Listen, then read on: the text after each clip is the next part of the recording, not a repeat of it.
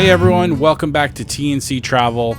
This is actually the second video in a series of videos from our epic 2017 trip to Europe. The trip started, obviously, we live in Los Angeles, we went to London, and you can check out the video for London on the channel as well. But we made our way to Paris, France via a bullet train. And a bullet train is exactly what it sounds like. This train actually goes higher than 200 miles an hour, faster than 200 miles an hour, and they're comfortable seats. It's got food and drinks available for purchase. It has Wi-Fi, but it's not that great. But even better than all that is the scenery and what you get to see outside your window between London and Paris. I highly recommend it. It's easily the fastest way to get back and forth between the two if you're trying to avoid the hassle of flying. And the entire trip from London to Paris is just about 3 hours with a time change, so a total of 2 on the clock. So when we arrived at the main metro station, I do want to warn you guys, it's kind of a sketchy area. It's not the cleanest part of Paris, so just be careful. But from here, essentially, we took a cab to our hotel, and there's a lot of cool sights between the metro station and the hotel.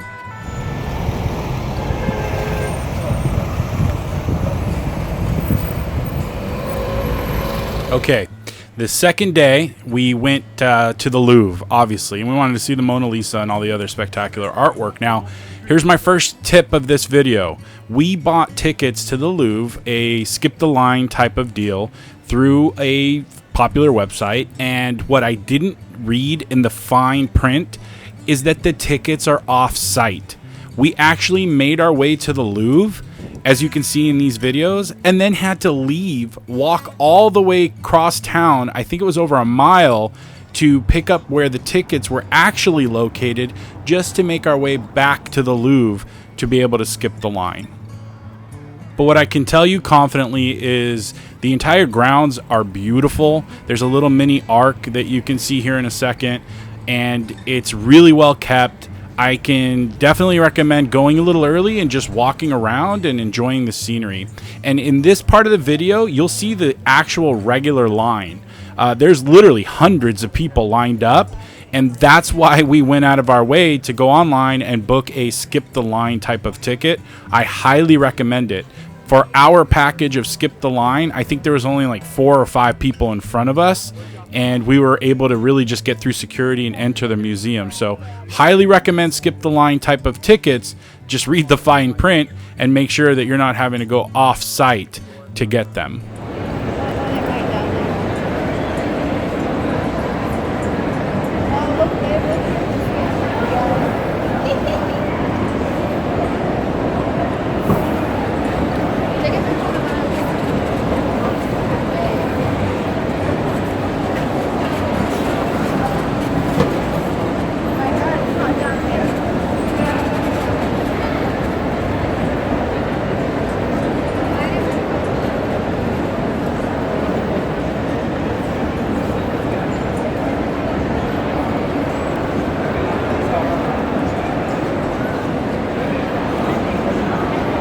And a bit of a fair warning, the room where you see the Mona Lisa is right here in this video.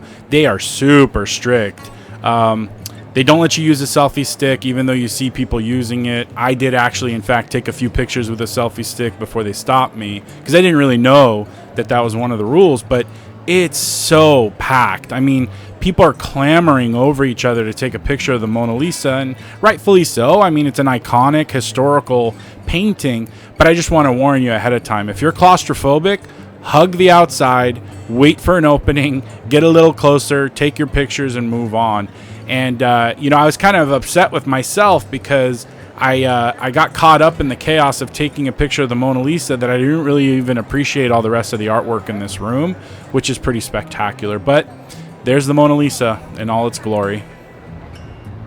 And for the next couple of videos, you're just going to see us basically walking around the entire city. And a beautiful city it is, with the canals and the bridges and everything else. We really, really fell in love with Paris. So I'm going to let the next few videos play out.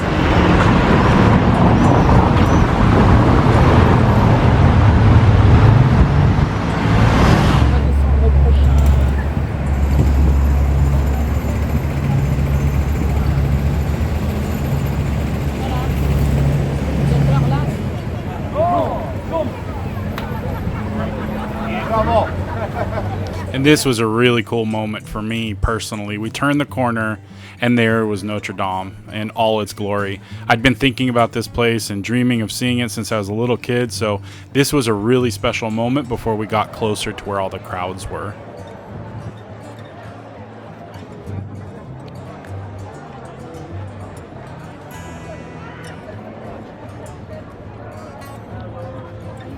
So I'll share with you a little bit about Notre Dame here because you can't really, there's nothing to listen to in the video, but it's such a shame what happened to the cathedral last year with the fire. And I know that everybody stepped up and is chipping in to rebuild it, but we feel so lucky that in 2017 we were able to see it before the fire. And one of the things I would like to point out is there's no official tour. I'm sure there are that exist, but we didn't do it. We walked in. They have guides you can pay for. You can see them right there for €2. They're out of a vending machine.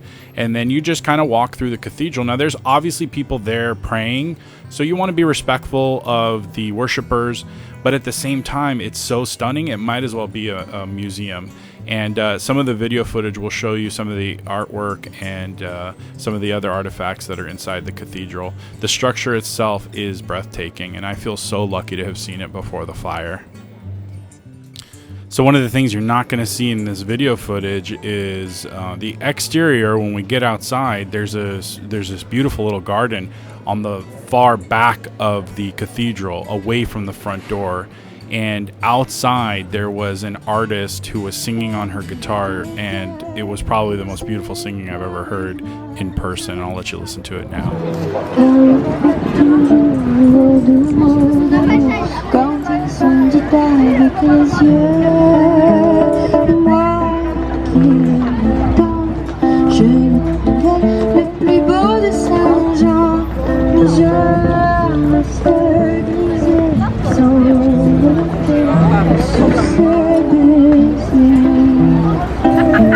And if the day wasn't perfect enough, beautiful music.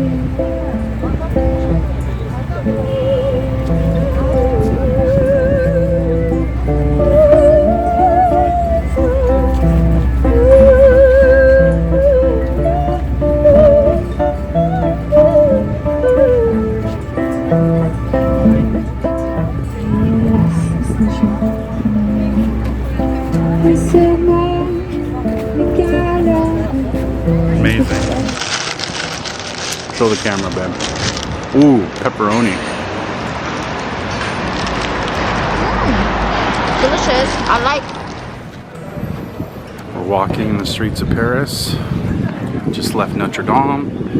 We're heading to the Pantheon. At this point, we did make our way to the Pantheon and just took some pictures and some videos and stuff. And then we made our way over to Luxembourg Palace. Now, this is the former palace of the royalty for France, and it's now been converted to government offices and such. But the grounds are stunning. They're well kept. The landscaping is really beautiful, and it sports this really huge pond, man-made pond, fountain, whatever you want to call it. But the local kids were racing their like remote control boats and such. So it was a kind of a cool slow down from the chaos and just kind of catch our breath before we went out and did more sightseeing.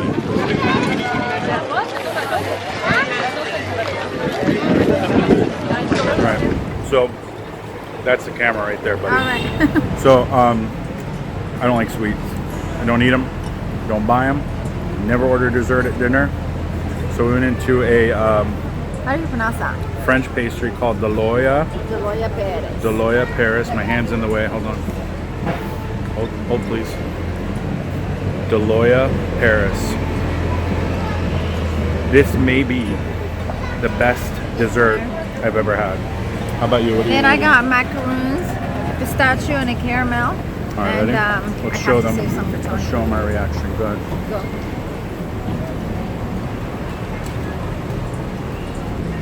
Say it again. I quit. Quit. We love it. I don't need to find another place. We're just gonna move here. So this All right. next shot's kind of cool. We actually had a Formula One race in Paris at the same time that we were there. About to see the Eiffel Tower. For the first time For the first in its full time. glory. We're like almost right there. We can like touch it. You can't see it now because of the trees, but we The could see the trees. top. This whole time we could see the top. We're gonna make this left turn. It will be ta-da. And it'll be ta-da for the first time since we got here. Here's a sneak peek once we get past this tree. Here we go, here we go. Here we go. So there's the sneak peek in all its glory. So I'll speed up the video a little bit to get us to the Eiffel Tower, but this was a really special moment for me and Christine. It's obviously something that we had looked forward to when we booked Paris, and for us to go the entire day of sightseeing without seeing the Eiffel Tower, it was kind of nice to finally get there. And when we get there, you'll notice that the exterior landscape and the grounds around the Eiffel Tower are stunning. Now, we did an entire video for Paris and the Eiffel Tower, so I'll post that here and you guys can check it out in full detail on how to best enjoy the Eiffel Tower. At the same time we see it. Wow. Wow. Wow. Yeah, for all those of you who said Paris wasn't worth it, we really need to discuss this. Oh my God. Okay, I'm gonna add the exposure. Wow. Yeah, that was quite the reveal, babe. You like it, honey? Wow. I mean, really just wow. Right where the Eiffel Tower is. You got lots of people just hanging out, having picnics, drinking. There's a lot of drinking in the parks here.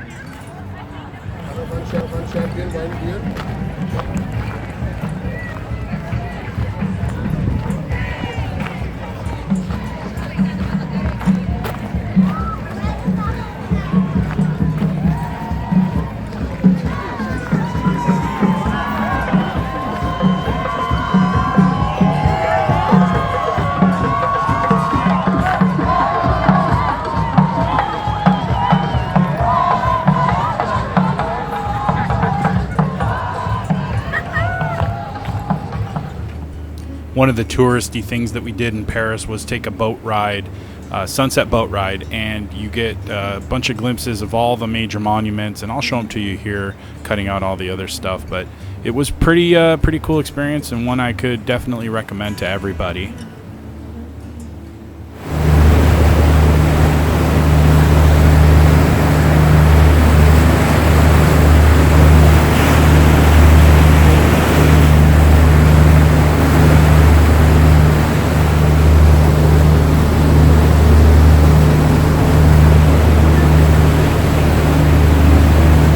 So as you can see here, we're taking a look at the Eiffel Tower at night when it's all lit up. It's pretty spectacular. And in the video clip right after this one, you're going to see this small little area right beneath the Eiffel Tower where you're able to see it without an admittance fee. It's public, but it's on the other side of the paid part.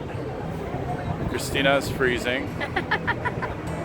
And again, this is all public, but that's private on the other side of the fence. And we just wanted a very up close and personal view of this incredible structure. It's so much nicer than what I thought. I really had no idea it was like this. It's beautiful. Here's another cool fact that I didn't know. Christine knew, but I didn't. That at the top of every hour, the Eiffel Tower will sparkle like this for 5 minutes. And it makes for a really cool photo op. And you can't see it in this video, but there's a lot of people kissing and making out at the top of every hour. So that's kind of a cool, fun fact I didn't know until I got there and Christine told me. And let me set you up for the next video. So France is obviously well known for its cuisine and its gourmet cooking and escargot, which to us less fancy people, escargot is snails. And so we got to try it for the first time, and here's the video of me and Christine trying escargot for the first time. All right, babe. Escargot. Trying snails. Dipping in butter. Escar, hell no.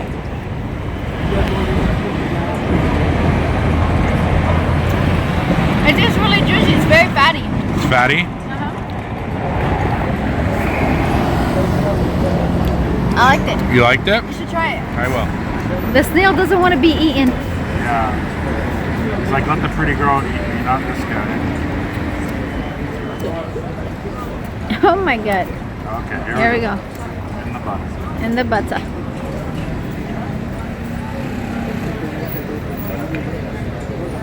It's good. Right? Yeah. What did you think it tastes like? It's very good. So the next day, we actually had the official tickets to the Eiffel Tower, where we got to go not to the very top, but the deck below the very top. And in the video that we made specific to the Eiffel Tower, I'll tell you what I'm going to tell you here. We don't recommend it. The beauty and the grandeur of the Eiffel Tower is from the ground looking up, not from the top looking down. And so my simple tip and trick here is enjoy the Eiffel Tower from the landscaping and the grounds below. I don't recommend going up to the top.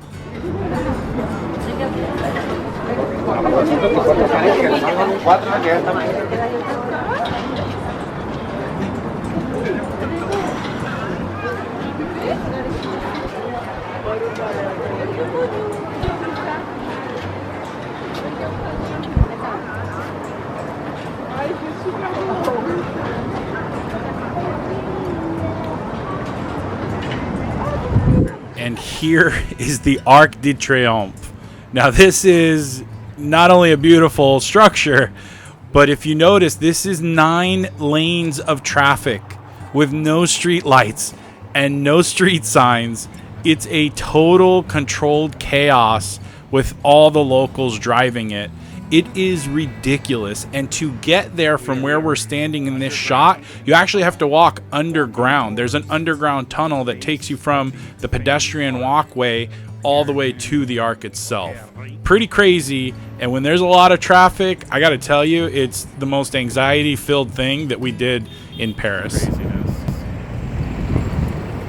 How do they know whose turn it is? Or it's really just kind of like go with the flow. We'll figure it out later. Look at that bus going all the way across 4 invisible lanes. My goodness. Like Christine said, this reminds us of the Middle East. No order whatsoever. Just complete chaos. Look, we haven't seen one accident all day. Nope. A lot of honking. A lot of, sure, swear words. It's beautiful. Glad we came to the Arc. A symbol of France's independence. And beautiful weather. It's so pretty. So this is our last hour in France. We don't want to leave. So much more fun than England. We love it here. We love London too, but this is more us. This is more us. I don't know what that means, folks, but this is more us. All right, signing off until we get ready to leave on this beautiful day. And I'll let the video play out of our time at the Arc, but basically after this, we got into a cab, went back to the hotel, grabbed our stuff, and made it to the airport. Now, I'll tell you the story because the video is going to play for a minute, but we get to the airport and we had tickets for Alitalia to go from Paris to Venice. Come to find out, all the pilots and all the crews at Alitalia were on strike. And not only were they on strike, they wanted to break the agreement they had with Paris at the airport. So no flights were going in and out from Paris to Venice. They could go to Rome, but not Venice. So what they wanted us to do was fly to Rome and then from Rome take a separate charter flight to Venice. And we just weren't willing to do that. It's a tight trip. Everything is scheduled out accordingly, and we didn't want to do that. So what we ended up having to do was buy brand new tickets to Venice from Paris just to get there and stay on schedule. And one of the stories we talk about all the time, and one I wanted to make sure was on this video, was this Alitalia representative was one of the rudest women I've ever met in my entire life, traveling or otherwise, and she was straight yelling at me to the point where I didn't lose my cool. I was breathing and just making sure to compose myself, but she kept screaming at me, "You don't understand, you don't understand." And so Christine and I will retell that story every once in a while, but nonetheless, Paris has our heart. We fell in love with the city. I think it is one of the most beautiful cities I've ever been to, and I do not understand my friends and family that have gone and didn't enjoy it as much as we did. It's a spectacular place, and one I definitely want to go back to sooner than later. Next in these series of videos is Venice, and I'm going to tell you a couple really funny stories from the moment we landed in Venice to when we left, but these are the videos from our 2017 Epic Europe trip. Thanks for watching, everybody. I really appreciate it. Talk to you soon.